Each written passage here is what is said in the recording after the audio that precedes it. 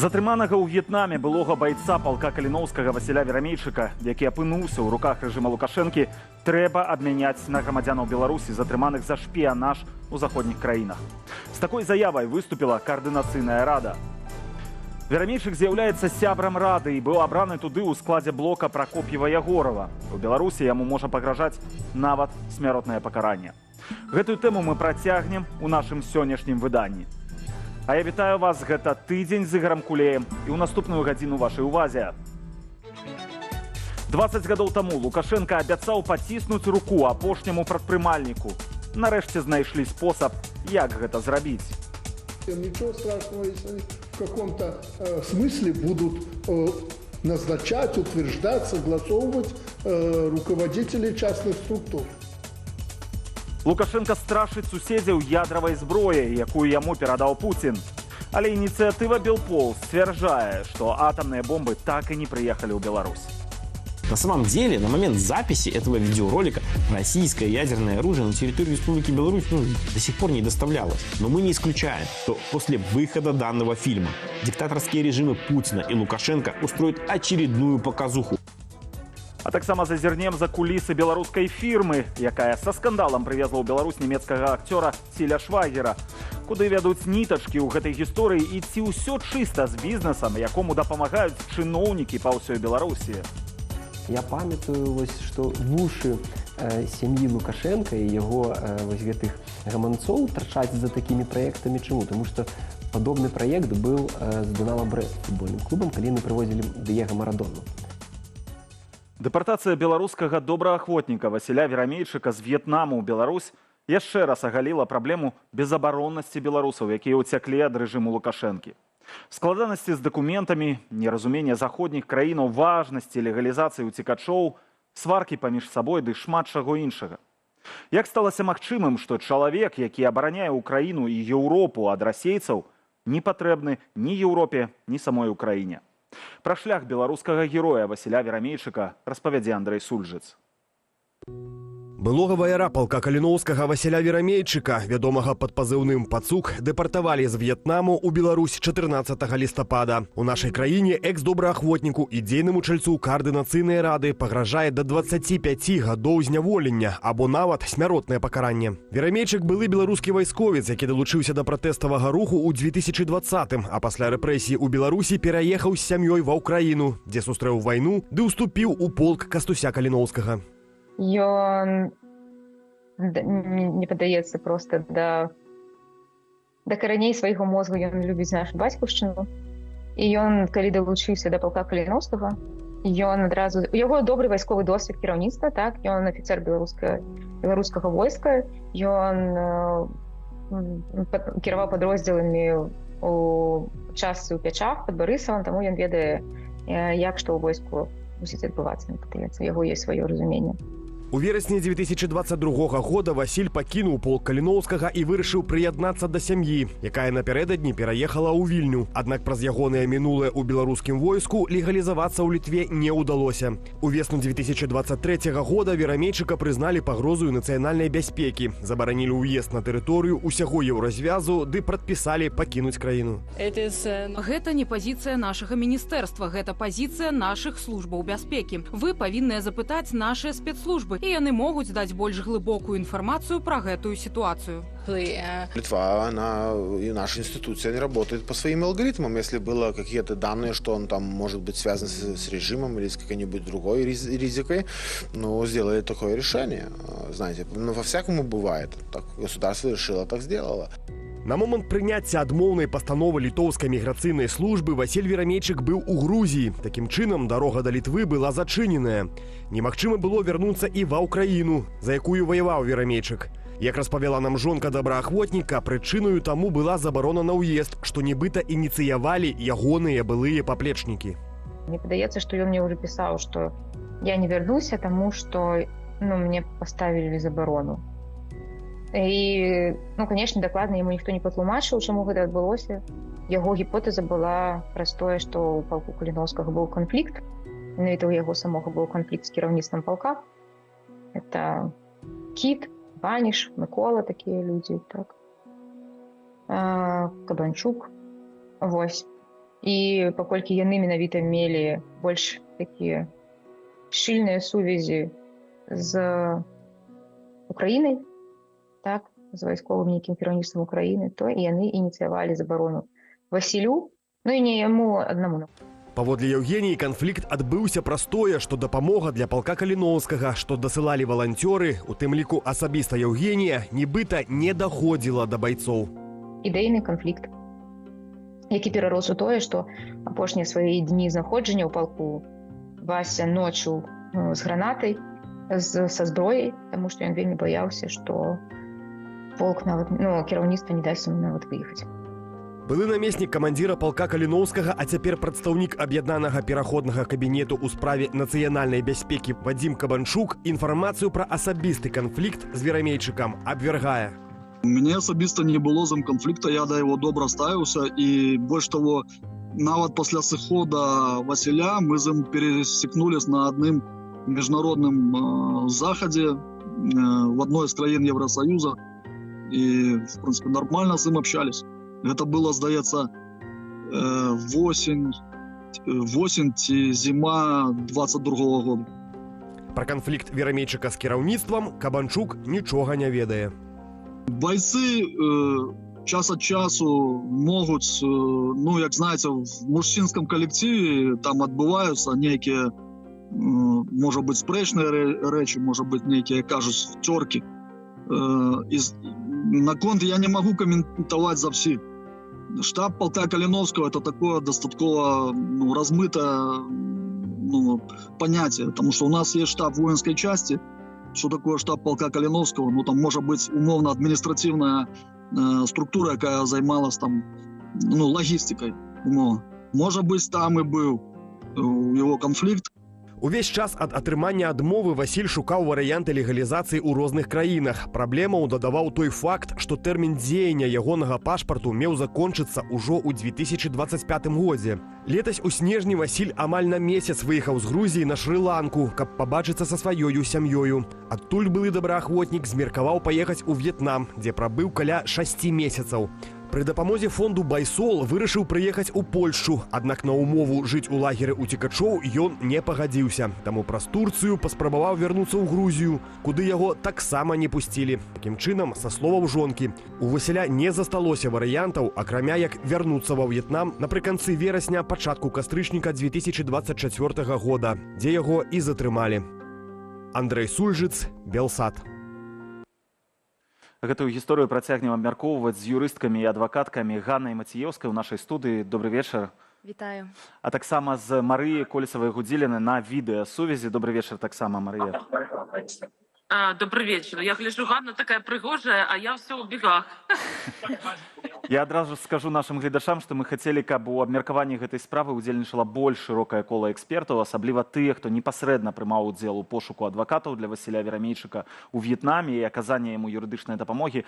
Але гэтыя людзі не мелі магчымасці далучыцца да нашага вечаровага эфіру або паўдзельнічаць раней у запісе. Таму будзем сёння размаўляць вось у такім коле. Я б хацеў пачаць пэўнай храналогіі падзеяў. Ганна, да вас будзе першае пытанне. Васіля затрымалі ў В'етнаме 13 числа, 14-го яго ўжо вывезлі ў Беларусь. Але вядома пра гэта стала толькі 19 числа. Цягам 5 дзён працягваліся спробы дамовіцца з адвакатамі, з юрыстамі, якія могуць яму там у В'етнаме дапамагчы. Як увогуле такое магчыма, што чалавека выслалі ў адзін дзень, то бок затрымалі і адразу ж выслалі, і чаму 5 дзён юрысты не ведалі, што яго ўжо там няма і працягвалі быць на сувязі з В'етнамам? Вельмі добрае пытанне, оно таксама у нас вызывае шмат таксама дадатковых пытанняў. Храналогія згаджаецца. Перадусім, тое, што я хацела б падкрэсліць для гледачоў, асабліва якія не маюць юрыдычнай адукацыі альбо экспертызы ў такіх справах, ёсць две асноўныя справы, у якіх можа адбыцца высылка чалавека ў краіну паходжання. Адна гэта дэпартацыя, другая гэта экстрадыцыя. Экстрадыцыя гэта менавіта тое, што мы маглі назіраць у выпадку Андрэя Гнёта, як шмат хто можа пабачыць, значыць, часу там было шмат. Дэпартацыя, на жаль, гэта такая сітуацыя, у якой прымусовае выкананне можа адбыцца насамрэч, ведаеце, у суткі нават. І вось што гэта адбылося насамрэч у справе Васіля Верамейчыка, гэта здаецца, што гэта на 99% дэпартацыя, гэты ж самы тэрмін падкрэсліла яго жонка у інтэрв'ю да Еўрарадыё. І мы таксама гэта падкрэслівалі. Мне не зразумела, чаму людзі, якія кажуць пра тое, што займаліся справай, называюць гэта экстрадыцыяй, таму што гэта, для экспертаў гэта такое тэрміналагічна, гэта вельмі вялікая розніца паміж экстрадыцыяй і дэпартацыяй. І тое, што я хочу пазначыць, што калі невядома, ці чалавеку пагражае экстрадыцыя ці дэпартацыя, то перадусім трэба дзейнічаць вельмі хутка. Тут, здаецца, нават была мова аб тым, што ён паспеў выслаць СМС са словам «дэпартацыя». Гэта пазначае, што на магчымыя шляхі вырашэння можа быць хвіліны, гадзіны, якія кожная мае сваё значэнне.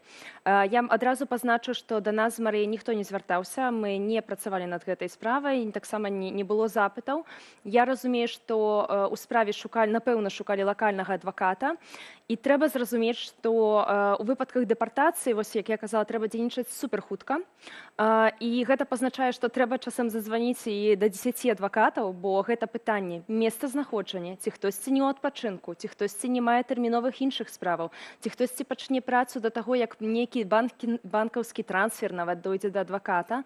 Таму гэта вельмі складаныя абставіны. Ёсць пытанне, чаму такім малым колам гэта ўсё такім зачыненым фармаце адбывалася. Можа, ёсць нейкае публічнае адчуванне пасля справы Андрэя Гнёта, што ўсё можа мець хэпі-энд, але там зусім іншая юрыдычная кваліфікацыя перадусім, а другое, на жаль, беларусы знаходзяцца ва ўразлівым становішчы за мяжой.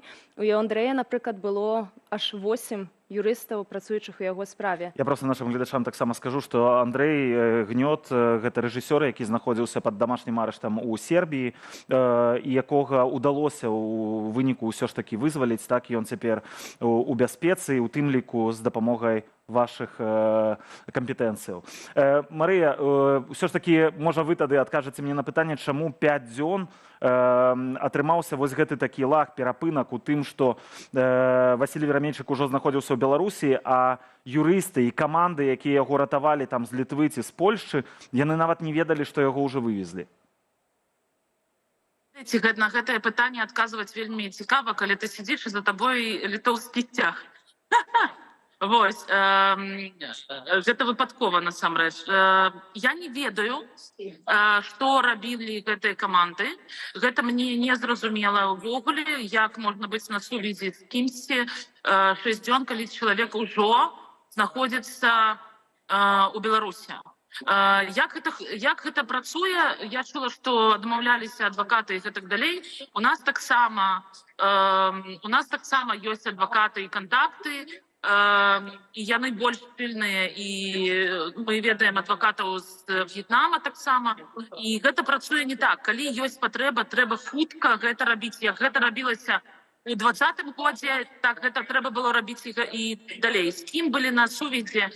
Я чытала гэта інтэрв'ю прадстаўнікоў некаторых дэмакратычных цэнтраў, і тут я адказаць не магу, тут трэба пытацца ў іх, таму што калі дэпартацыя ўжо адбылася, але гэта хуткая справа, то будзе таксама, яна таксама хутка можа адбыцца з любой краіны, даже еўразвязу, каб вам было зразумела, не толькі з В'етнаму. І тут нельга пачакаць і сказаць, што можна працаваць work-life balance, таму што, гэта же чалавек. Так за што мы працуем? За чалавека, за беларусаў, альбо просто невядома за якіх мэтаў.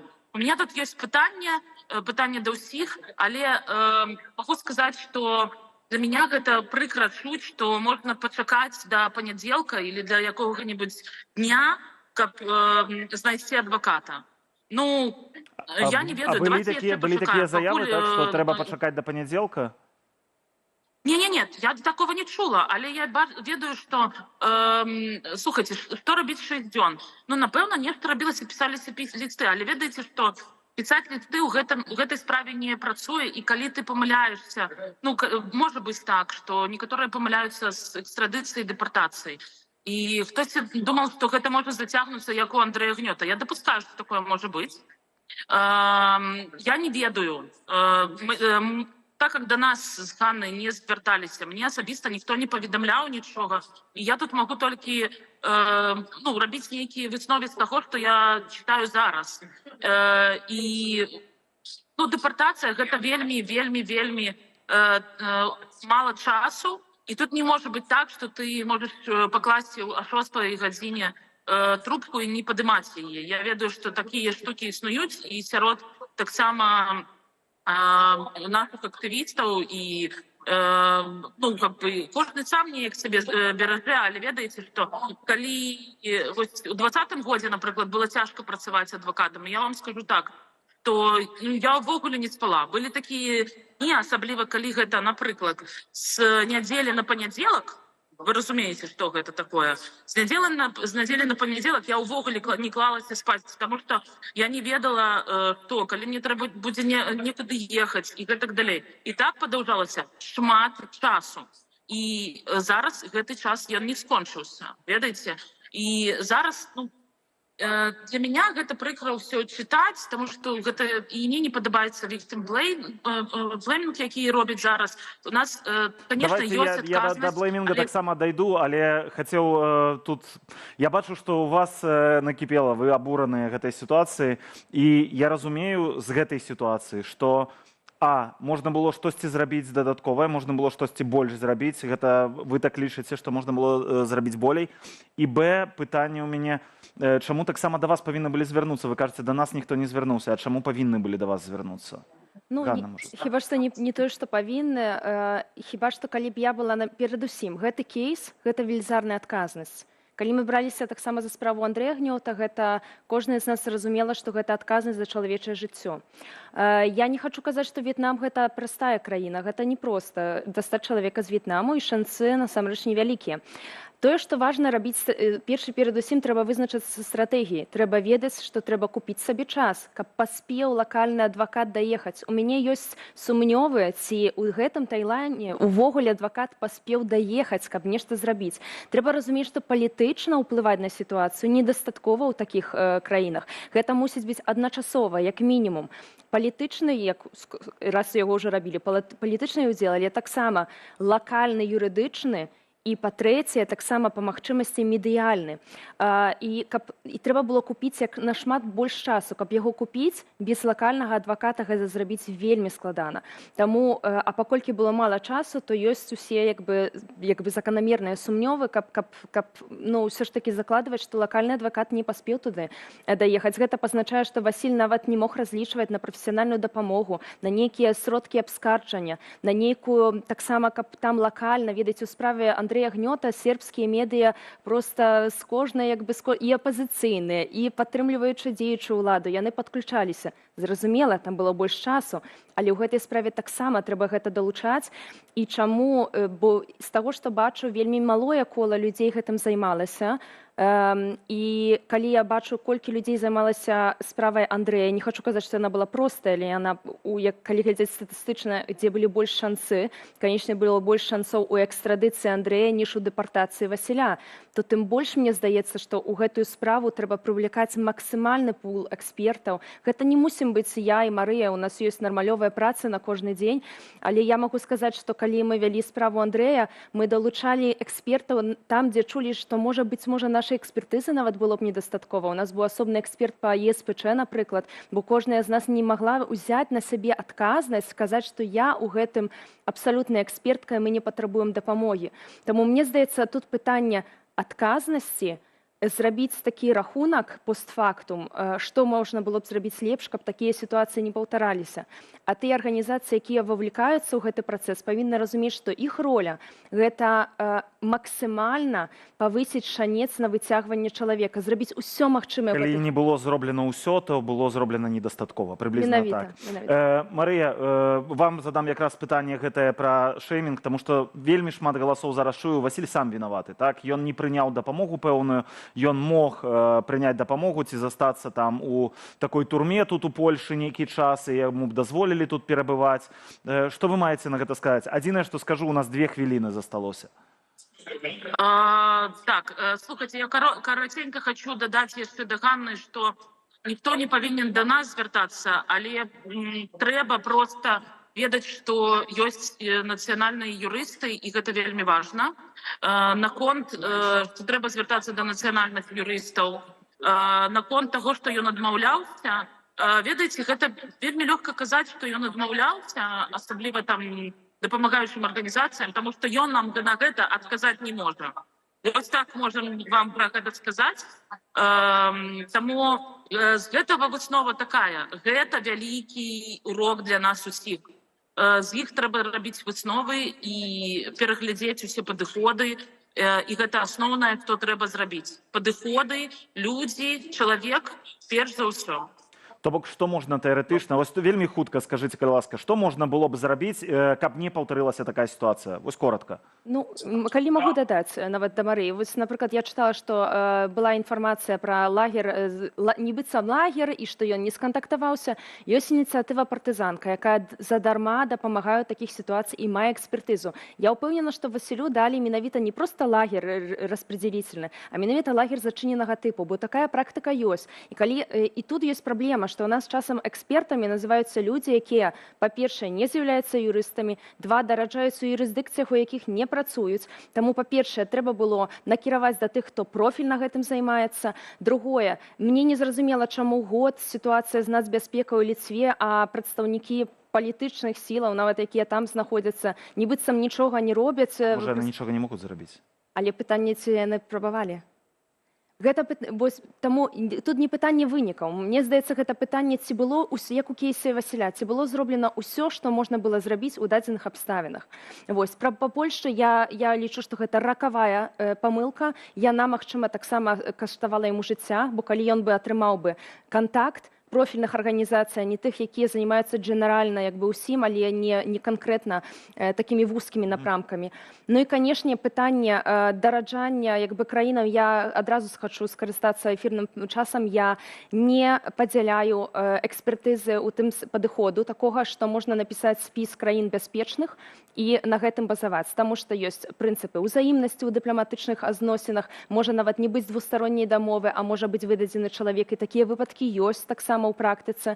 Таму я заклікаю людзей, каб яны не карысталіся універсальнымі спісамі, а каб менавіта звярталіся да юрыстаў, экспертаў, канешне, лакальных, таксама нацыянальных юрыстаў па дапамогу, калі асабліва вы збіраецеся ехаць у нейкую небяспечную краіну патэнцыйна. Дзякую вам вялікі за гэтую размову. Ганна Маціеўская, адвакатка, таксама Марыя Колесава-Гудзіліна, юрыстка, былі з намі сёння на сувязі. І вось такую цяжкую тэму мы абмяркоўвалі. Добрага вам вечара. Уся гэтая вельмі сумная гісторыя з Васілём Верамейчыкам навяла мяне на адну думку. Рэжым Александра Лукашэнкі палюе на сваіх праціўнікаў. Ён здольны на цяжкія міжнародныя злачынствы, як паветранае пірацтва і пасадка самалёту з Раманам Пратасевічам на борце, як захоп Васіля Верамейчыка ў В'етнаме. Я ні на секунду не сумнеюся, што гэта была спланаваная спецаперацыя. Рэжым падманам правакуе нашых суайчыннікаў на вяртанне з бяспечных краінаў у Беларусі, там саджае ў турмы. Усё гэта спланаваныя акцыі. Нехта сочыць, нехта стварае сцэнар захопу, хтосьці непасрэдна рэалізуе аперацыю. Усё гэта патрабуе чалавечага і фінансавага рэсурсу, і рэжым не шкадуе ні першага, ні другога. А чым у гэтым плане могуць пахваліцца апаненты рэжыму? Некалькімі выкрытымі агентамі рэжыму, што спрабавалі ўкараніцца ў асяроддзі беларускіх дымсілаў, якія спакойна сабе вярнуліся ў Беларусь? Ніхто з іх не тое, што не трапіў на лаву падсудных, але нават не быў дапытаны адпаведнымі органамі дэмакратычных краінаў. Літаральна 3 дні таму я атрымаў паведамленне ад аднаго з герояў маёй старой гісторыі, знятай яшчэ ў 2021 годзе.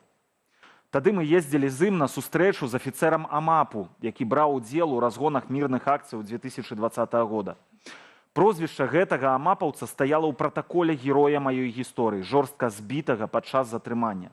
Былы супрацоўнік лукашэнкаўскіх спецслужбаў знаходзіўся на тэрыторыі Польшчы цягам працяглага часу, і ніхто яго не затрымаў, не захапіў, не судзіў і нават не дапытаў, каб сабраць Важныя сведчанні, хоць пра ягонае месцазнаходжанне было вядома ў тым ліку прадстаўнікам дэмакратычных сілаў.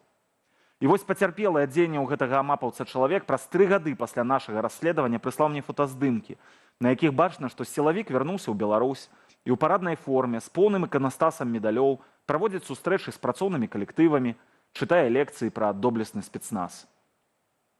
Гэта ветэран палка Каліноўскага Васіль Верамейчык пагроза нацыянальнай бяспецы ў еўразвязі. Не знайшлося нікога, хто б мог дапамагчы яму застацца ў месцы, дзе яму нічога не пагражае. А былы высокапастаўлены амапавец ніякай пагрозы еўразвязу не ўяўляў. Прыехаў, пажыў і так жа спакойна выехаў назад у Беларусь. І дзе тая справядлівасць? Мы пакажам кароткае відэа, каб нагадаць вам тую гісторыю, а калі вы глядзіце нас на Ютубе, то зверху з'явіцца спасылка, па якой вы зможаце знайсці і паглядзець поўную версію расследавання. У меня всплывает такое. Я плачу, каждый раз вспоминаю то, что произошло и что сейчас происходит. У него была одна гематома, но просто огромных размеров, сантиметров, может, 20. Доводы о том, что у меня 3 детей, не имеете права задерживать, меня никто не слушал. Я как врач, когда это увидела, я испугалась. Это удар был по голове. Удары мы толком не считали. И могли только по ушибам предположить, сколько ударов нам нанесли. А як вы даведаліся, што амапавец з усёй гэтай гісторыі знаходзіцца ў еўразвязе? Сказали знакомые активисты. А што вы адчулі ў гэты момант? Я просто не поверил, я сказал, это невозможно, хорошо, я постараюсь узнать, правда это или нет. Хочу получить хоть какие-то ответы. Мне непонятно, как человек в таком звании и уволившийся в ноябре может утверждать о какой-то совести.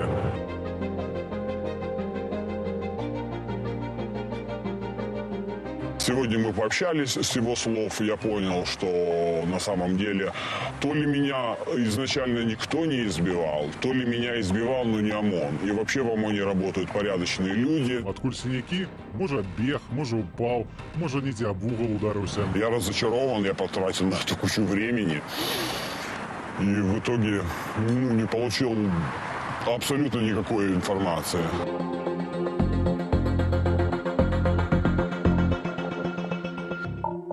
Сказал, что я горжусь, знакомился с некоторыми офицерами, и один из этих офицеров был Павлюченко. Он не мог быть непричастным. Мне кажется, тюрьма ему самое место.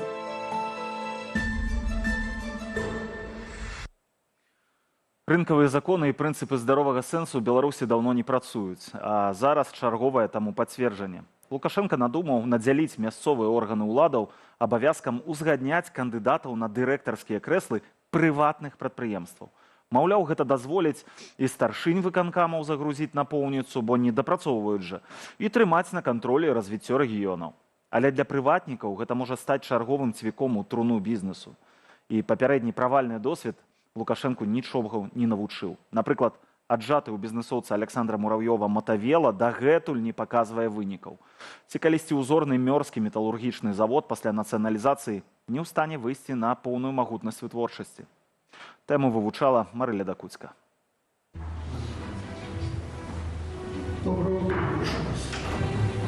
Лукашенко сабраў першую нараду прэзідыуму створанага ім усебеларускага народнага сходу, органу народаўладдзя. Народ прадстаўлены там збольшага дзяржаўнымі службоўцамі, а сам Лукашенко адразу на 2 пасадах – старшыні і дзейнага кіраўніка краіны. Мы, я имею в виду ВНС и президиум, ни в коем случае никому не мешаем из органов власти и не давим их.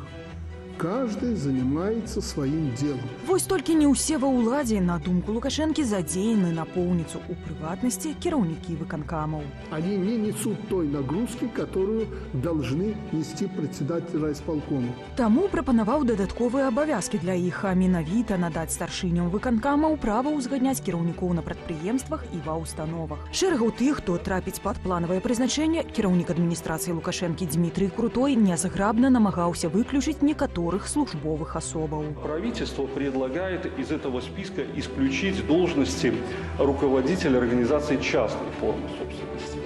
и плюс руководителей, которые находятся в кадровом реестре президента, либо в кадровом реестре Совета министров. Лукашенко про такую инициативу и слухать не стал.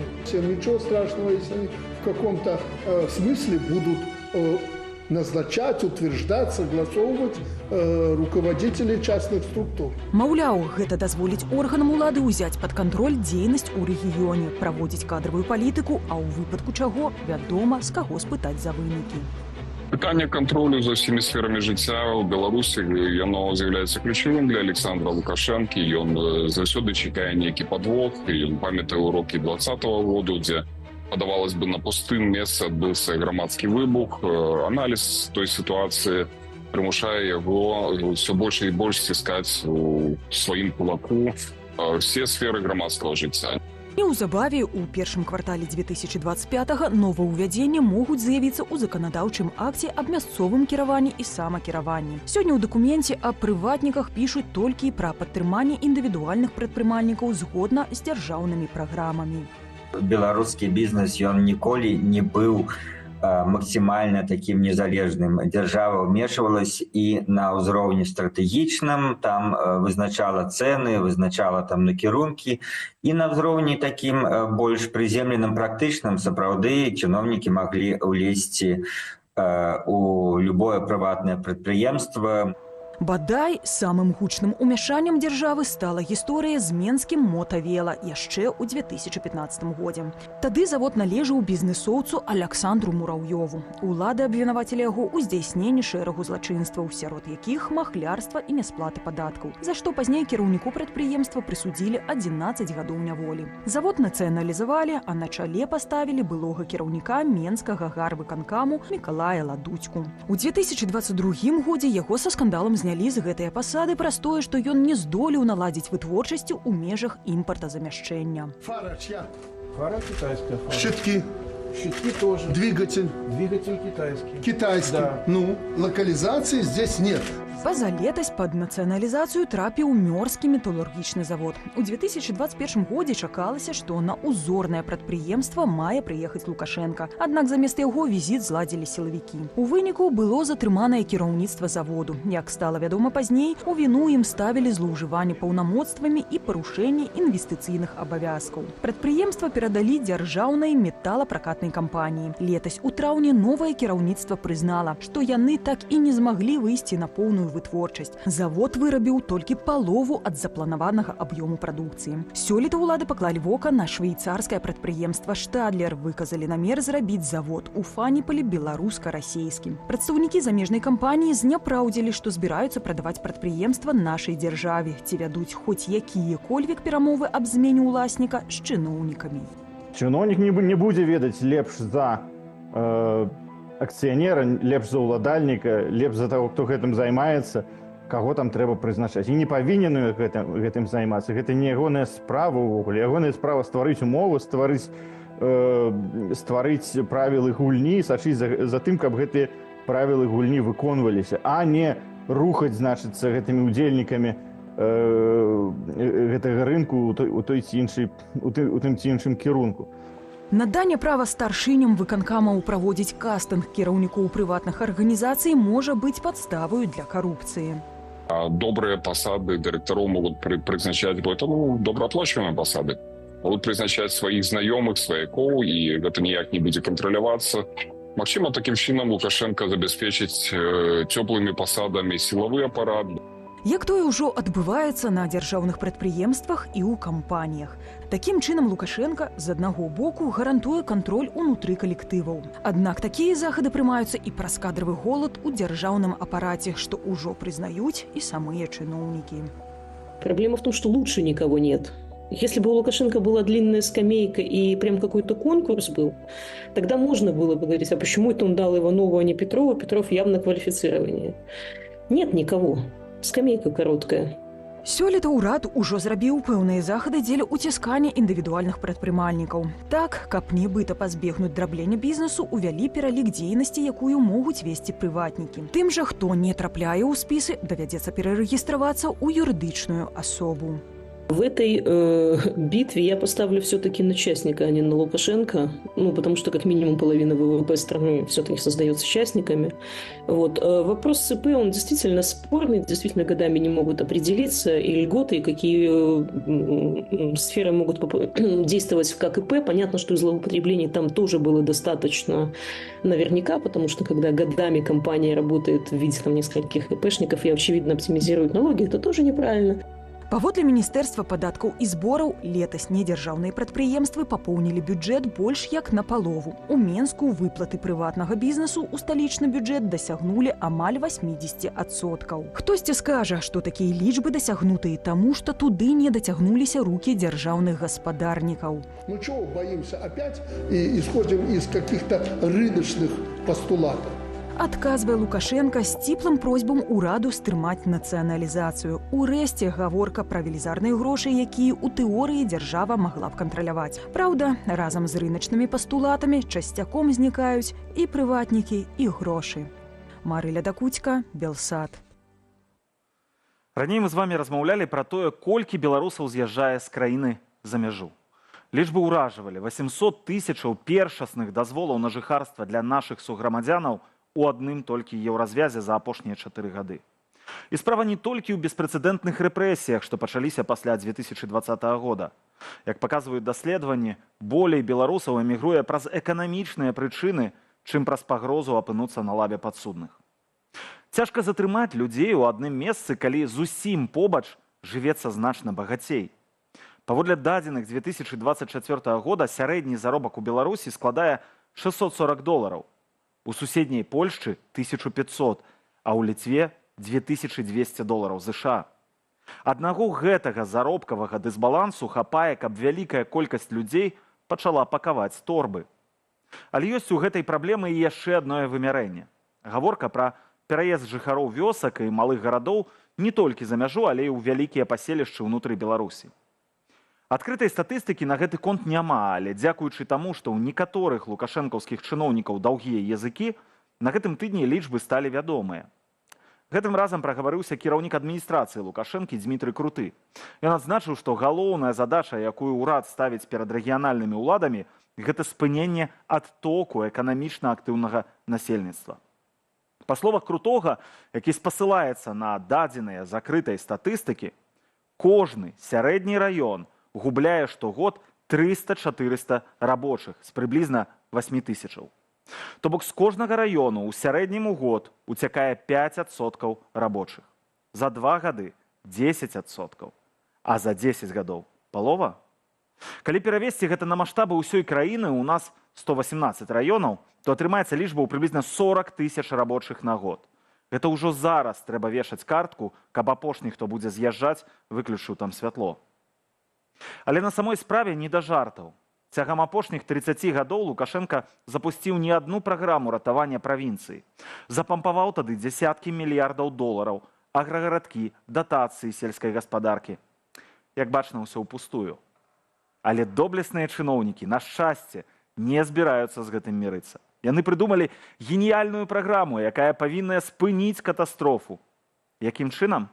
Тут я даслоўна зацытую кіраўніка лукашэнкаўскай адміністрацыі Дзмітрыя Крутога. Першае – гэта тэрміновае аднаўленне працы райаграсервісаў, будаўнічых перасоўных мехкалоннаў, сельгасхіміі, арганізацыяў, якія адказваюць за абслугоўванне даільных установак, бурэнне свідравінаў, а забеспячэнне паліва. Другое – гэта аднаўленне або пашырэнне практыкі выкарыстання мехатрадаў, перамяшчэнне быдла на новыя малочна-таварныя комплексы, паскораная меліярацыя, работа з трухлявымі дамамі, уключэнне зямель у сельгасабарот.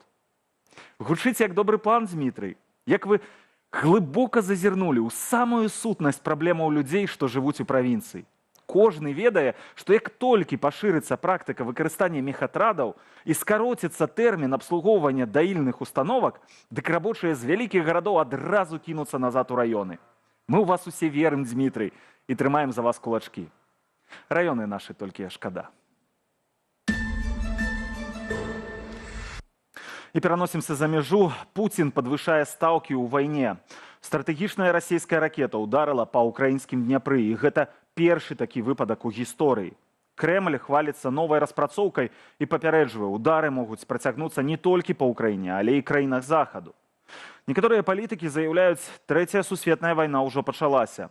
Іншыя робяць выснову, што трэба не правакаваць Расію. Але галоўныя саюзнікі Украіны выступаюць з рашучымі заявамі пра супрацьдзеянне агрэсараў і абяцаюць яшчэ большую дапамогу Украіне. Владислав Корсак працягне. Баллистическая ракета в безъядерном испытание новейшей системы.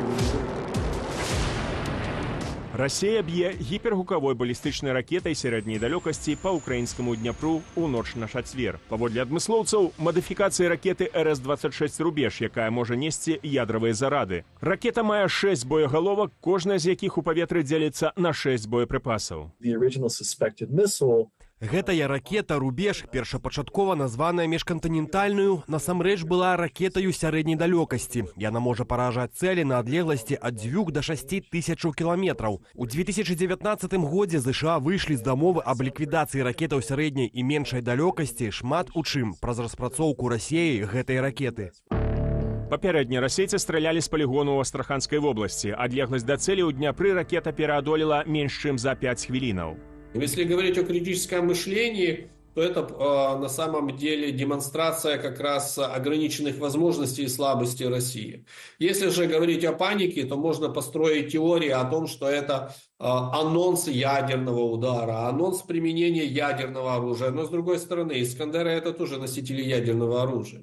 У них тоже есть ядерные боевые части. Х-22 – это тоже ракета, которая может нести ядерную боевую часть. Ракета Х-101, «Калибр», они тоже могут нести ядерную боевую часть. Х-47 М2 «Кинжал» аналогично. То есть не вижу в этом абсолютно никакой взаимосвязи с ядерными угрозами. Вытрымаўшы паўзу паўдні, на экранах з'яўляецца Пуцін. На працягу амаль 8 хвілін фактычна пагражае планеце трэцяй сусветнай вайной. Маўляў, так, мы ударылі па Ўкраіне новай цудазброяй у адказ на ракетныя абстрэлы расійскай тэрыторыі. Наши ракетчики назвали ее «Орешник». Калі ж спатрэбіцца, ударым і па заходніх краінах, што дазваляюць Украіне страляць сваёй зброяй у глыб Расіі. Далей звыклыя тэзісы агрэсара. Аналагаў няма, збіць расійскі арэшнік немагчыма. Выданне «Більд» заўважае, што падчас прамовы рукі Пуціна быццам бы прылепленыя да сталу, ён не жэстыкуляваў. У «Більд» выказалі здагадку пра відэамантаж у мэтах скрыць хваляванне прамоўцы. У сваю чаргу прадстаўніца расійскага МЗС Марыя Захарова нават называе першую прыярытэтную заходнюю цэль – амерыканская база супрацьракетнай абароны ў Польшчы. У Расіі заяўляюць, выкарысталі арэшнік па заводзе «Южмаш», цэнтру украінскай вытворчасці ракетна-касмічнай тэхнікі. Паводле ж украінскага боку, у выніку удару ў Дняпры пацярпеў двухпавярховы дом і рэабілітацыйны цэнтр для людзей з абмежаванымі магчымасцямі. 2 чалавекі атрымалі раненні. Даже если это РС-26, скорее всего, вообще была пустая болванка. То есть они ее даже не успели наполнить взрывчатым веществом конвенционного типа. И из этого можно сделать вывод, что решение о применении подобного типа поражения средства принималось очень быстро, скоропалительно. Вот сегодня запускаем, да, запустим, есть, отдали под козырек и запустили. Применение такой ракеты в неядерном исполнении, оно с военной точки зрения абсолютно неэффективно. Именно ударные боеприпасы, которые на конечной траектории именно и наносили удар, они просто банально обладают большой кинетической энергией и могут банально пробить там какие-то бетонные там сооружения и так далее просто за счет своей массы и кинетической энергии. Да. Расійская ракета дакладна прабіла штосьці на палітычным полі. Прэм'ер Угоршчыны Віктор Орбан заклікаў быць благаразумнымі з Расіяй, якая, маўляў, не проста так змяніла сваю ядравую доктрину. Сам формат обращения, что он был такой якобы внезапный, должно привлекать больше внимания. И теперь куча народу в странах Запада, в Европе, в США, которые и до этого кричат, что нужно быстренько сдаваться и заключать с Россией мир, который ей нужен. Они сейчас получили новую пищу для размышлений и будут снова бегать за своими лозунгами пропутинскими. Я думаю, Путин этого и добивается. Нямецкі ж канцлер Олаф Шольц заявіў, што расійскі удар з'яўляецца прыкладам жахлівай эскалацыі, якой трэба пазбягаць усімі сіламі. Для гэтага ён, маўляў, гатовы працаваць з саюзнікамі. Это защитная реакция, да, человека, политика, но наоборот, возможно, помощь Украине усилится. Министр обороны Умеров провел переговоры о возможности предоставления более продвинутых систем противоракетной обороны, да. Ну, мы знаем, что это система американского производства. RS-26 Rubej. Іншыя заходнія краіны, наадварот, анансуюць большае падтрыманне для Кіева. Так, Францыя афіцыйна дазволіла выкарыстоўваць свае ракеты па тэрыторыі Расіі. У амерыканскім Мінабароны загаварылі пра абнаўленне стратэгіі ядравага стрымлівання ды падвысілі ўзровень боегатовасці амерыканскіх ядравых падлодак. Паводле Владзіміра Зеленскага, выкарыстанне Расіі супраць Украіны новай балістычнай ракеты з'яўляецца спробай павялічыць маштабы вайны ды праверкай Захаду на трываласць. Былы ж галоўнакамандуючы ЗСУ, а цяпер амбасадар Украіны ў Вялікай Брытаніі Валерый Залужны выказаўся па-вайсковаму адназначна. Я ўпэўнены, што ў 2024 годзе мы можам абсалютна дакладна ўважаць, што пачалася трэцяя сусветная вайна. Бо ў 2024 годзе перад Украінаю ўжо стаіць не Расія, перад Украінаю стаяць салдаты з Паўночнай Карэі. Давайце казаць сумленна. Ужо ва ўкраіне цалкам адкрыта, нічога не саромеючыся. Забіваюць цывільных людзей іранскія шахеды. Ужо ва ўкраіну ляцяць ракеты менавіта паўночна-карэйскай вытворчасці, і яны пра гэта адкрыта заяўляюць. Ва ўкраіне падрываецца кітайскія снарады. У расійскіх ракетах прымяняюцца кітайскія дэталі. Рысы канфлікту глобальнага характару прасочваюцца найперш у геапалітычных амбіцыях Путина. Испытания прошли успешно. Лично я с самого первого дня считаю, что это война мировая, потому что неважно, кто в ней участвует, мировая война отличается тем, что она ведется за изменение мирового порядка. Но Путин бросил вызов прежде всего странам Запада, заявив о том, что он имеет полное право делать в своем заднем дворе, к которому относит весь бывший Советский Союз, как минимум, все, что ему заблагорассудится. И он решает, как эти люди будут жить. Конфликт уже втянул в себя огромное число стран, мощных экономик, мощных военных держав. Пасля удару па Дняпры Путин загадаў пачаць серыйную вытворчасць так званага арэшніку. Владислав Корсак, Белсад. Тым часам ініцыятыва «Белпол» выпустила сенсацыйнае расследаванне. У відэа, што з'явілася сёння на Ютубе, «Белпол» сцвярджае, што ні слядоў ядравай зброі, ні спецыяльнага складу для яе захоўвання на тэрыторыі Беларусі не зафіксавана. Заява падмацаваная падрабязным аналізам дакументаў і інфармацыі з адкрытых крыніцаў. Глядзім урывак відэа, пасля чаго працягнем гэтую тэму. 25 мая 2023 года так называемые министр обороны России и Беларуси Сергей Шойгу и Виктор Хренин заявили, что подписали в Минске документы, которые определяют порядок содержания российского нестратегического ядерного оружия в специальном хранилище на территории Беларуси. При этом Шойгу дал следующий комментарий. Сегодня мы подпишем документы, определяющие порядок содержания российского нестратегического ядерного оружия. Россия не передает Республике Беларусь ядерное оружие, контроль над ним и решение о применении остается за российской стороной. Но после такого официального заявления Шойгу в очередной раз возникает закономерный вопрос. А как же тогда воспринимать заверение Лукашенко? И не надо сегодня говорить, вот только будут хранить, будут еще чего-то там. Это там не наше оружие, это наше оружие, которое будет способствовать суверенитету и независимости. С учетом возведения одного ангара для «Искандеров» в 2023 году и строительства еще 2 ангаров в 2024 году, 465-я ракетная бригада сможет иметь на вооружении 3 дивизиона с указанными ракетными комплексами. Однако наличие в лукашенковском войске УТРК «Искандер» совершенно не означает, что на территории Беларуси имеется тактическое ядерное оружие. Ведь штатным вооружением для данного комплекса являются ракеты с неядерной боевой частью. Согласно сообщениям различных источников, для ракетного комплекса «Искандер» разработаны тактические ядерные боеприпасы. Однако произведены они в небольшом количестве, и в Беларуси их наличие пока не зафиксировано. В нашу студію завітав Владимир Жигар, представник ініціативи «Білпол». Добрий вечір. Добрый вечер. Перш за ўсё хочу павіншаваць, вельмі сур'ёзная праца, вельмі грунтоўнае расследаванне, асабліва з аналізам дакументаў і з адкрытых таксама крыніцаў вельмі шмат што.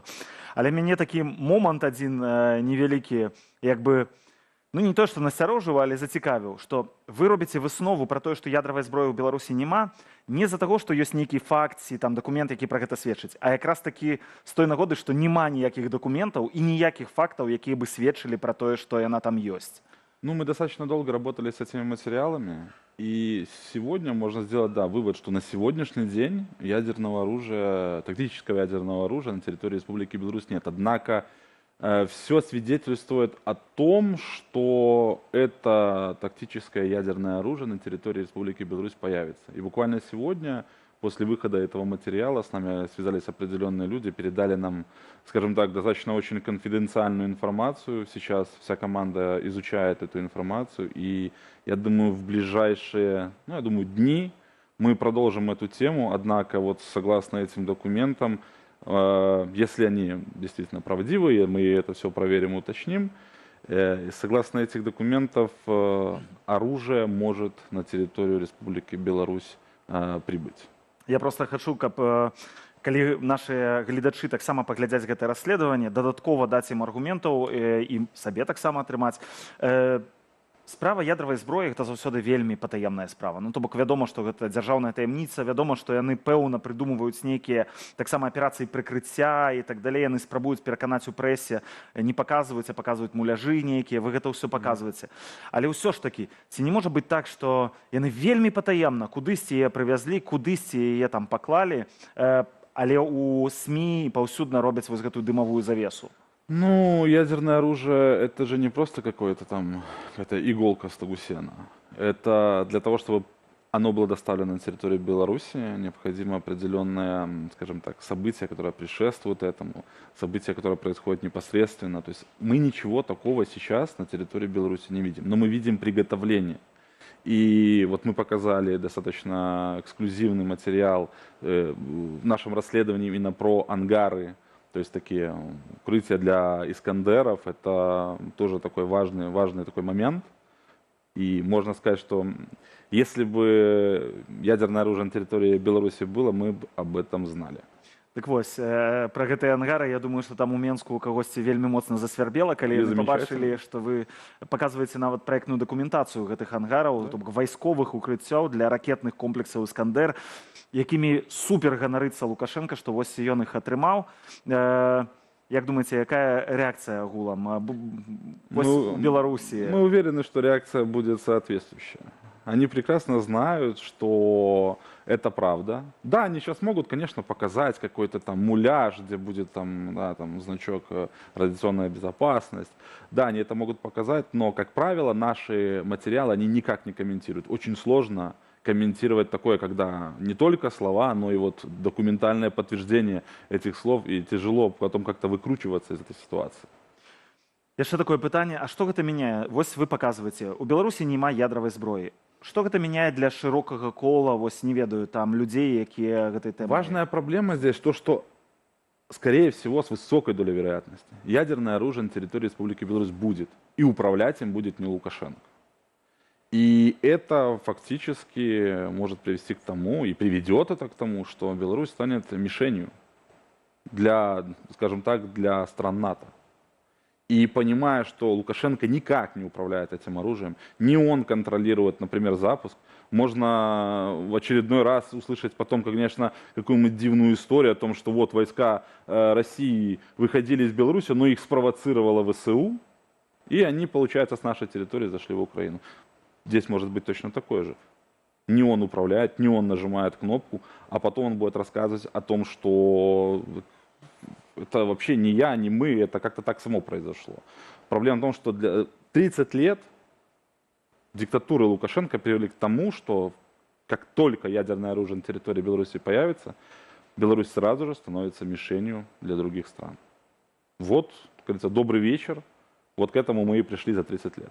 Беларусь может стать так само мишенью, так и Беларуси для ядрового... Как только ядерное оружие оказывается на территории Беларуси, может быть и упреждающий какой-то удар, может быть ответный удар, потому что не Лукашенко нажимает на эту кнопку, и он вообще никак не может контролировать последствия, которые произойдут после нажатия этой кнопки. Яшчэ ў фільме вы паказваеце такі момант, што вельмі часта храналагічна, вы там вельмі ўсё ў храналагічным парадку гэта паказваеце. Я вельмі раю паглядзець нашым гледачам, бо сапраўды можна зразумець увесь працэс, што адбывалася, хто што казаў. І вы паказваеце несупадзенне заяваў Пуціна і Лукашэнкі ў храналагічным парадку, што спачатку Пуцін нават заяўляе пра ядравую зброю. Тыдзень маўчыць прапаганда, тыдзень маўчыць Лукашенко. Яны не ведаюць, пэўна, што сказаць. Вы для сябе аналізавалі, чаму так адбылося? Чаму гэта менавіта расійскі дыктатар першы кажа пра ядравую зброю ў Беларусі, а ў Беларусі рэжым нават не ведае, як на гэта адрэагаваць? Возможно, все это было изначально, вот в тот момент, это было такое ИПСО.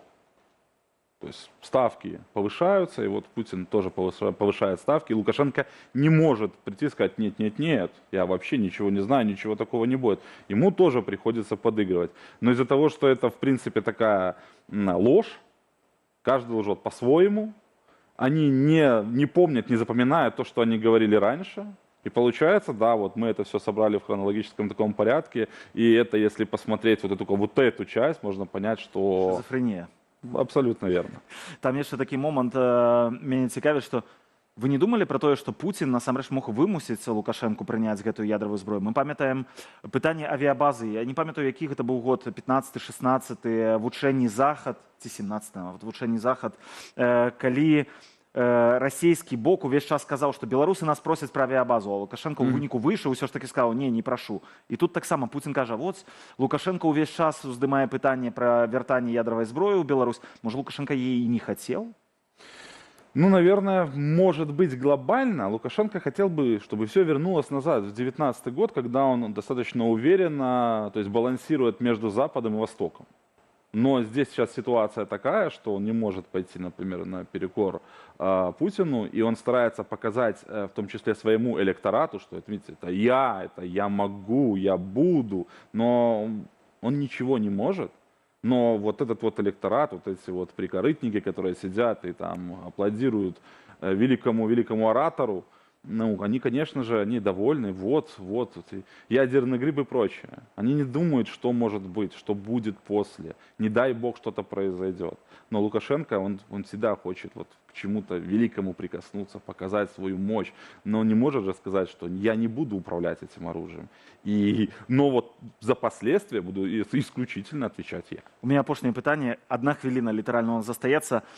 Мяне цікавіць, я ведаю, што не ўсё вы можете сказаць, але у вас такая колькасць унутраных дакументаў, вы іх паказваеце, вы пра іх распавядаеце. Няўжо рэжым Лукашэнкі не спрабуе закрыць вам гэтыя каналы доступа да гэтай інфармацыі? Это сложный, конечно, вопрос. Так в 1 минуту едва ли я смогу ответить.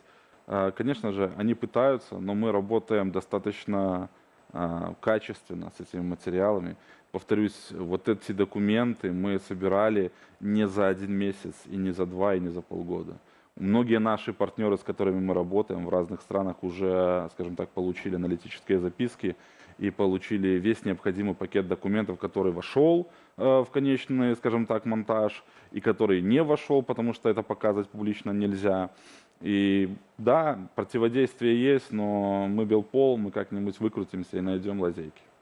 Дзякуй вялікі. Яшчэ раз нагадываю гледачам, што на канале Белпол можна паглядзець гэты фільм. Вам зычу поспехаў, вельмі добрая праца. Дзякуй вялікі. Больш за 8 тысячаў новабранцаў папоўнілі шэрагі беларускага войска. Такія вынікі восеньскага прызыву падвёў міністр абароны Віктор Хрэнін. Паводле яго, армія не мае праблемаў недакамплектацыі. Маўляў, жадаючых служыць нават болей, чымся месцаў, бо гэта стала прэстыжна сярод моладзі. Гэтая заява разыходзіцца з логікай фактаў. Раней у Беларусі зніжалі патрабаванні да здароўя новабранцаў, а таксама змянялі заканадаўства датычна прызыўнікоў у частцы навучання ў ВНУ і абмежаванняў на выезд за мяжу. Іншыя важныя тэмы тыдня ў матэрыяле за 100 секундаў. На волю выпушчана яшчэ 32 вязні сумлення. Як паведаміла прэсавая служба Лукашонкі, гаворка пра 8 жанчын і 24 мужчыны. Больш за палову мае хранічныя захворванні. Такім чынам, цягам некалькіх хваляў па памілаванні выйшлі на волю 178 асобаў. Не менш за 1268 чалавек застаюцца ў Беларусі за кратамі паводле палітычных прычынаў. Прэтэндэнты на пасаду прэзідэнта Беларусі распавялі пра свае поспехі ў збору подпісаў. На першым месцы ініцыятыўная група Лукашэнкі, за якога па на канец тыдня падпісаліся, маўляў, ужо больш за 1,5 мільёна чалавек. Это катастрофическая работа. Я даже не ожидал, что так будет. Куды слабейшыя вынікі ў так званых кандыдатаў-спойлераў. З іх толькі лідар ліберальна-дэмакратычнай партыі Олег Айдукевіч заявіў пра збор неабходных для атрымання пасведчання кандыдатаў ў прэзідэнты 100 000 подпісаў. Распавяла пра тэмпы збору аўтографаў за сваё вылучэнне Ганна Канапацкая. За яе штодня нібыта падпісваюцца не менш за 4000 асобаў. Яшчэ два кандыдаты Сергей Саранкоў і Александр Хіжняк сваімі лічбамі не хваліліся. На збор подпісаў засталося часу да 6 снежня. Галасаванне прызначылі на 26 студзеня на лета. Міністэрства інфармацыі забараніла распаўсюд 35 друкаваных выданняў у Беларусі. Сярод іх шэраг гістарычных кнігаў, такіх як «Нарысы гісторыі Беларусі», выданне 2003 года, адзін раман Маркіза де Сада, 120 дзён Садому, шэраг іншых каля эратычных раманаў розных аўтараў, а таксама некалькі серыяў японскай мангі, графічных раманаў, самы вядомы з якіх «Такійскі гуль». Паводле Мінінфарму, усе гэтыя творы здольны нанесці шкоду нацыянальным інтарэсам нашай краіны. У Мінску распачалі знос забаўляльнага парку Дрымленд. Адкрыты ў 2003 годзе комплекс канчаткова збанкрутаваў летась улетку. Праз год было абвешчана пра стварэнне на ягоным месцы нацыянальнага гістарычнага музею. Паводле прадстаўленай канцэпцыі будынак мае мець форму геаграфічных абрысаў Беларусі. 2 тыдні беларуская прапаганда знаходзілася ў экстазе ад візіту ў Беларусь нямецкай зоркі кіно Ціля Швайгера і аўтамабільных гонак на вуліцах нашых гарадоў. І ў адрозненні ад 2020 году прапагандыстам не перашкаджаў ні спынены грамадскі транспарт, ні шум пад вокнамі жылых кварталаў. А ў выніку ўвесь гэты рух аказаўся ўсяго толькі здымкамі рэкламных ролікаў для прыватнай кампаніі. Але дзяржаўныя СМІ асвятлялі гэтую падзею з такой жа заўзятасцю, як выступы Лукашэнкі. Хто ж мае такія сувязі, каб паставіць на вушы палову краіны і патрапіць на першыя старонкі прапагандысцкіх выданняў? Высвятляў Антон Бяздольны.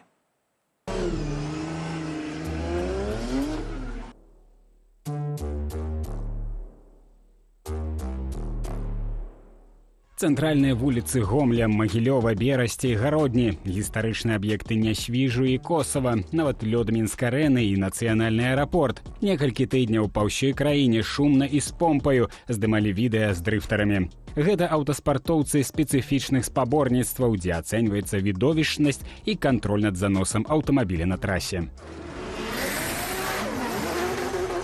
Сапсаваны асфальт, шум, дарожныя заторы, праблемы з грамадскім транспартам і ніводнага адміністратыўнага пратаколу ці хаця б пакаяльнага відэа. Улады і не заміналі, наадварот, дапамагалі арганізоўваць і рэкламавалі ў сваіх соцсетках. Типа, машины заряжены, но... Получайте удовольствие. Дзяржаўныя СМІ ад мясцовых да рэспубліканскіх прысвячалі дрыфту дзясяткі публікацыяў штодня. Толькі агенцыя Белта на гэтую тэму выпусціла 50 артыкулаў. Прапаганда ацэньвала маштаб падзеі не менш як сусветны. Такой яе, відаць, зрабілі дрыфтары з 5 краінаў, якіх прывезлі для здымкаў. Спартоўцы сапраўдныя, але далёка не зоркі. Самы тытулаваны з іх Юкія Фауста, толькі 9-ты у японскай лізе Формула дрыфт. Яшчэ большы рэзананс у прапагандзе выклікаў кароткі візіт у Менск нямецкага актора і рэжысёра Тыля Швайгера. Той правёў некалькі гадзінаў на здымачнай пляцоўцы, пасля чаго даў відавочныя адказы на прадказальныя пытанні. Мне нравится Беларусь, очень гостеприимные и приветливые люди. Нямецкія выданні і Святлана Тихановская раскрытыкавалі візіт Швайгера. У выніку яму давялося апраўдвацца ў сваім інстаграме. Мяне запэўнілі, што мерапрыемства будзе прысвечанае выключна рэкламе і яе зместу. На жаль, высветлілася, што фрагменты прэс-канферэнцыі былі вырваныя з кантэксту і выкарыстаныя для падтрымкі паведамленняў, якія не адлюстроўваюць маіх перакананняў або намераў. Зразумець, што здымалі ў Беларусі цяжка было не толькі Швайгеру. У публікацыях фігураваў шырокі набор мэтаў ад папулярызацыі дрыфтынгу ў нашай краіне да здымак галівудскага блокбастера ці падрыхтоўкі да чэмпіянату свету па дрыфту машынаў пад кіраўніцтвам штучнага інтэлекту. Са словаў гоншчыка серыі «Наскар» Ігора Раманова, штучны інтэлект у аўтаспорце з'ява не новая. У Дубаі сёлета ўвесну прайшлі эксперыментальныя спаборніцтвы машынаў пад кіраўніцтвам камп'ютарнага розуму. Это похоже на шоу, то есть да, на это смотреть, наверное, просто интересно с точки зрения какого-то такого развлечения. Понятно, что серьезно это никто не воспринимает, потому что все-таки любое соревнование — это соревнование, во-первых, людей, непонятно какой-то там вот субстанции или еще чего-либо, да. То есть в любом случае мы смотрим на то, как соревнуются между собой люди. Аднак менавіта развіццё штучнага інтэлекту асноўны накірунак дзейнасці кампаніі Blockchain Sports Ecosystem. Менавіта яна разам з рэзідэнтам парку высокіх тэхналогій X-Lab Inc. і Drift Labs была замоўцаю здымак. Як высветліў партал Белсат.eu, кампаніі існуюць менш за 2 гады і пакуль не прэзентавалі ніводнага рэальнага праекту, але актыўна ўкладваюцца ў піар і маркетынг.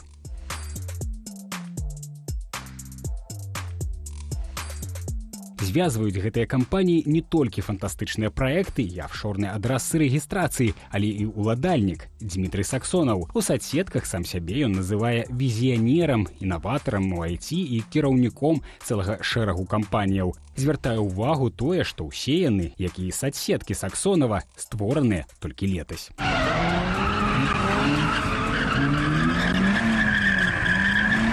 У аб'яднанні былых сілавікоў Белпол запэўнілі, Саксонаў прыхоўвае даўнейшыя звесткі пра сябе не проста так. У 2017-м ён адкрыў кампанію ProMining і мусіў пастаўляць абсталяванне для крыптафермаў, але грошы замоўцаў папросту прысабечваў. Падчас следства выявіліся іншыя шматлікія эпізоды махлярства, агулам каля 3 десяткаў.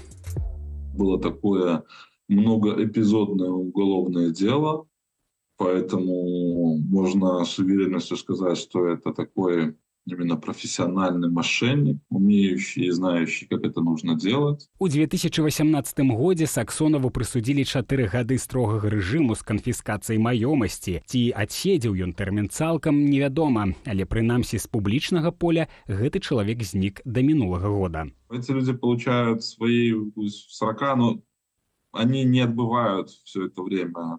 Во всяком случае, не отбывали все это время в колониях, потом, например, там, они отсиживали там 2 года и меняли, там, например, на химию, домашнюю химию, там какие-то дополнительные моменты происходили. То есть к мошенникам относятся в Беларуси очень-очень так лайтово.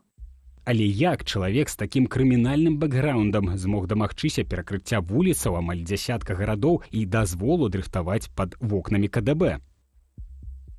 Хутчэй за ўсё, вось у гэтай сітуацыі гэта было даручэнне вышэйстаячай установы над райвыканкамамі, аблвыканкамамі.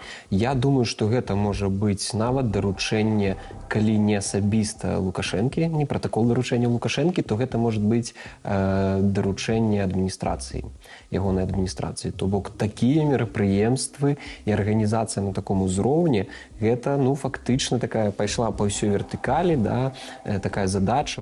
Выданне «Наша Ніва» называе лабістам Саксонава ва ўладзе Дмітрыя Баскова. У ліпені гэтага года сенатар, а паводле сумяшчальніцтва меркаваны забойца Рамана Бандарэнкі і партнёр Лукашэнкі ў хакеі разам з Саксонавым прэзентавалі футбольны карнавал. Тады ў Менск прывезлі бразільскіх футбольных зорак на пенсіі, правялі паказальны матч і паабяцалі развіваць спорт у Беларусі.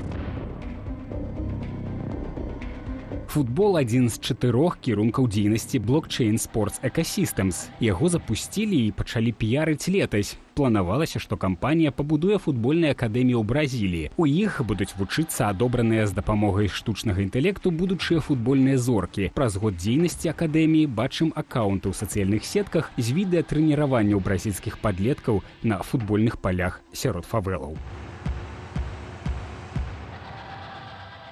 Улетку Саксонаў зацікавіўся новым відам спорту – дрыфтам. І ўжо праз 3 месяцы зладзіў маштабныя здымкі па ўсёй Беларусі. Артём Брухан, як былы выканкамаўскі чыноўнік, перакананы, ключом да самых высокіх кабінетаў тут таксама стаў Баскаў.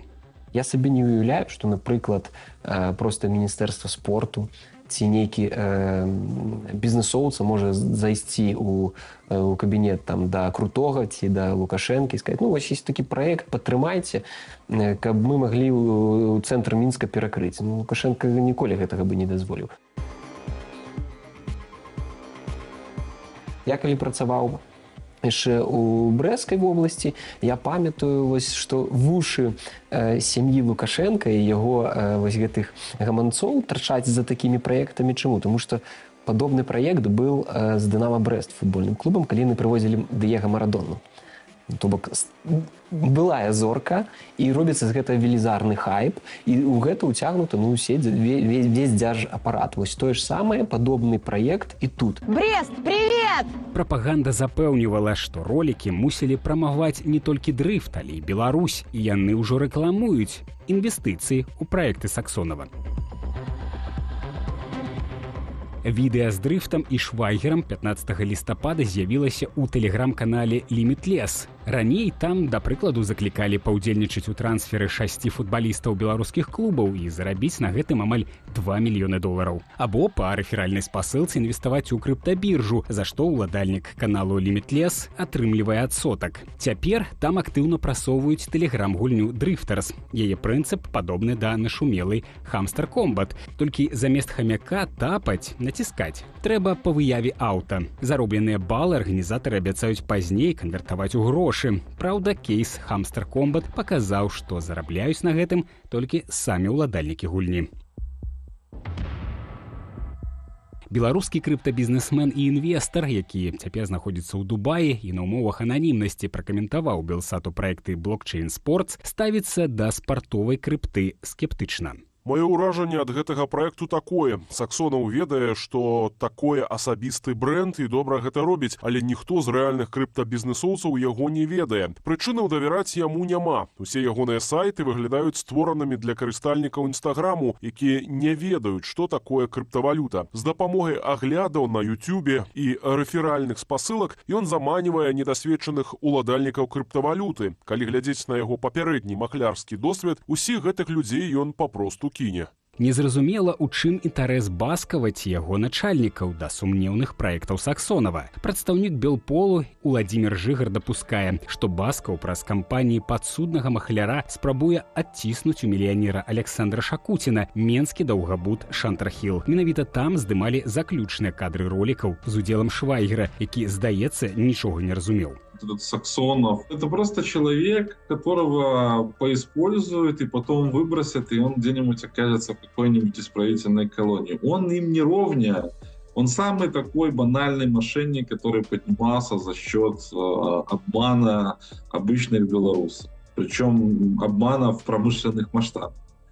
Сейчас его используют, потому что это выгодно, возможно, и скорее всего он самый банальный дроп, через которого это просто крутят. Он может считать себя очень серьезным игроком, но для таких, как клан Лукашенко, он никогда не будет выше какого-то дропа. Улетку партал онлайнер апублікаваў прэс-рэліз кампаніі Саксонава X-Lab Inc. аб набыцці недабудаванага Шантархілу, але хутка інфармацыю пра гэта выдалілі. Цяпер Саксонаў выкарыстоўвае фармальна чужую маёмасць для ўласнай рэкламы. Рэкламная кампанія неверагодных маштабаў прыцягнула новых карыстальнікаў. Ім жа цяпер прапаноўваюць інвеставаць у сумнеўныя крыптапраекты. Белпол нагадвае, беларускія сілавікі не маюць ні сродкаў, ні навыкаў, ні жадання вяртаць згубленыя грошы пацярпелым ад махляроў. Антон Бяздольны, Белсат. А на наступным тыдні споўніцца 31 год з моманту, калі ўрочышча Курапаты было прызнанае гісторыка-культурніцкай каштоўнасцю першай катэгорыі. Адбылося гэта яшчэ ў 93 годзе, да прыходу Лукашэнкі да ўлады. Думаю, што пры ім беларуская Галгофа ніколі б такога статусу не атрымала. Курапаты — гэта бясспрэчна нашая нацыянальная сцяна плачу. І за 30 гадоў бывала розная. І адносная свабода ў тым, каб ушаноўваць памяць гэтага месца, і часы, калі зрабіць гэта масава і годна абсалютна немагчыма, як, напрыклад, зараз. Адное не мяняецца — адносіны з боку рэжыму, які паслядоўна адмаўляецца прызнаць Курапаты месцам масавага вынішчэння нашай нацыі. Чаму? Бо сотні тысячаў беларусаў былі расстраляныя савецкімі катамі, ідэалагічнымі натхняльнікамі гэтага рэжыму. Цяжка прызнацца ў тым, што твае куміры расстрэльвалі тваіх дзядоў і пры гэтым працягваць іх усхваляць. Таму памяць пра курапаты невыгодная рэжыму. Ён іх саромеецца і час ад часу выдумляе розныя небыліцы пра тое, што там адбылося на самой справе. У такіх умовах, тым болей, гэта наш з вамі абавязак памятаць пра гэтае месца і шанаваць ягоную памяць. І на гэтым развітваюся з вамі. Зычу добрага вечара, удалага новага тыдня. З вамі быў Ігор Кулей. Да сустрэчы ў эфірах на Белсаце.